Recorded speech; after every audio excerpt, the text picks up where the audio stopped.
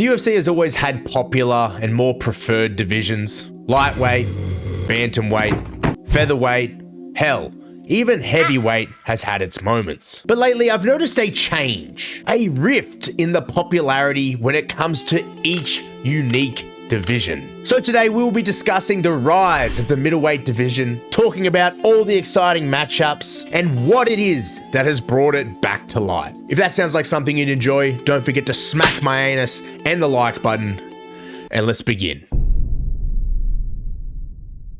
So before we discuss the rise of the middleweight division, we need to discuss the past.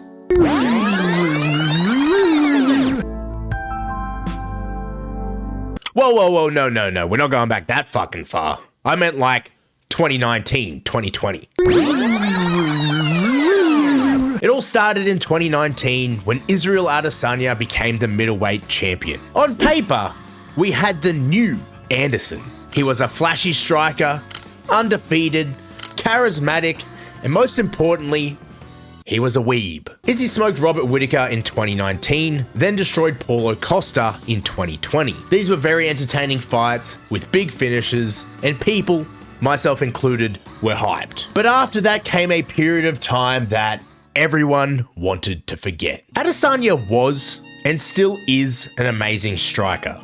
He's calculated, patient, full of feints, and can break you down if you don't have the right game plan or style. For example, if you tried the Paulo Costa approach, not only would he batter your legs at range, he would also piece you up with jabs, and once your movement is limited and you're frustrated, he would then be there waiting to counter that frustration. But unfortunately, as time went on, and as he faced certain opponents, we were left with fights like this. Now, Izzy was a dominant champion, and personally, I really liked him. But when your champion is winning easily, but not necessarily knocking everyone out, the whole division starts to feel a little stale. Now, there's two things that come to my mind that impact this greatly. Firstly, we have the cross comparison to a division like, let's say, lightweight. You see, at this same period of time, Khabib was choking everyone out. Gaethje had just beat Tony's ass. Rest in peace, Tony. Hell, we even had Oliveira versus Chandler. Now come back and compare that to the middleweight division.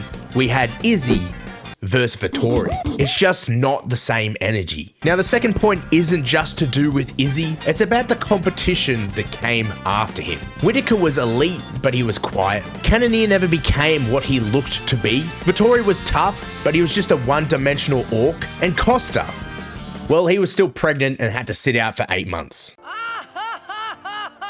Middleweight from there just went downhill. We started seeing the recycling of all the old names we'd already seen. There was no fresh blood in the division, and there was no exciting knockouts. And with that, fans started tuning out of the middleweight division. It was a sad time. It all seemed to be lost. Until suddenly, he came. I'm coming!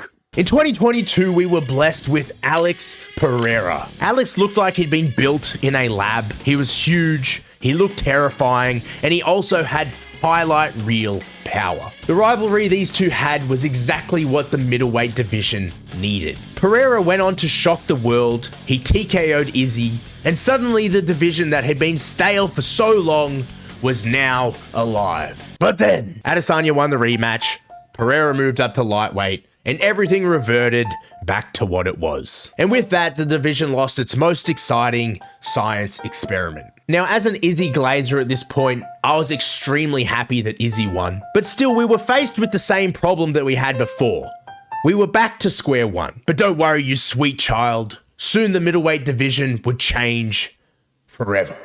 Whilst all this was happening, deep in the trenches and deep in the darkness, prospects had been winning fights of their own, and suddenly, they appeared out of nowhere. Dricus, Imavov, Khamzat, Caio, RDR, Hernandez, Strickland. Alright, he was already around, but Strickland, MVP, hell, even salty racist Joe is there. The middleweight division had turned from feints and calf kicks at range to high-level, well-rounded MMA. And although it was happening this whole time and it was in the background, suddenly it seemed to come out of nowhere. All of a sudden, it's one of the most exciting divisions in the UFC. And that brings us to right now. So recently Khamzat dominated Dricus and it left fans a little bit torn. Some people will say that this ruined a bit of that excitement I was just talking about, but honestly, it just makes things even more crazy. Think about it. Dricus, until that wrestling clinic, looked unstoppable. Now contenders have not only Khamzat,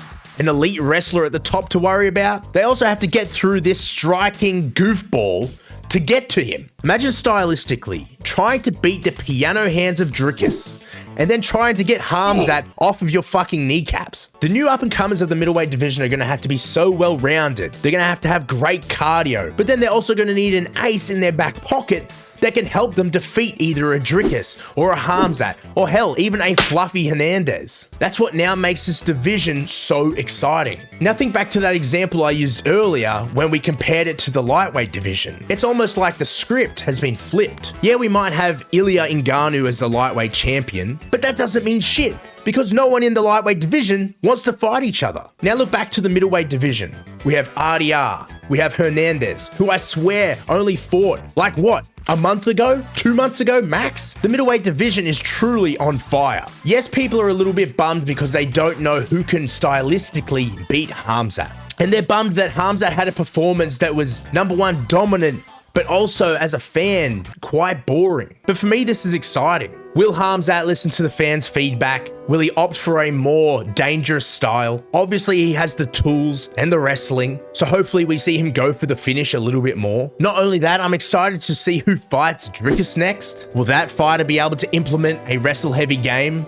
Or is it only Khamzat who can do that to Dricus? We've got Caio and Imavov fighting soon, and I can't wait for the second biggest goofball of the division to go up against fluffy Hernandez. So guys, let me know, are you hyped for the new era of middleweights? Are you bummed because of the Khamzat fight? Which fights are you most excited for? And most importantly, who do you think the newest prospects are to watch out for in the middleweight division? Guys, if this video does well, I'll definitely do one for Jack Della Maddalena's division. I mean, the welterweight division. Guys, thank you very much for your support. I appreciate each and every one of you. If you're new here, don't forget to smack the like and subscribe button and my anus, and click this video right here. It's a certified banger. I think it's here. If I remember to put it here, click it. Maybe it's over here. Anyway, see you next week. Love you. Bye.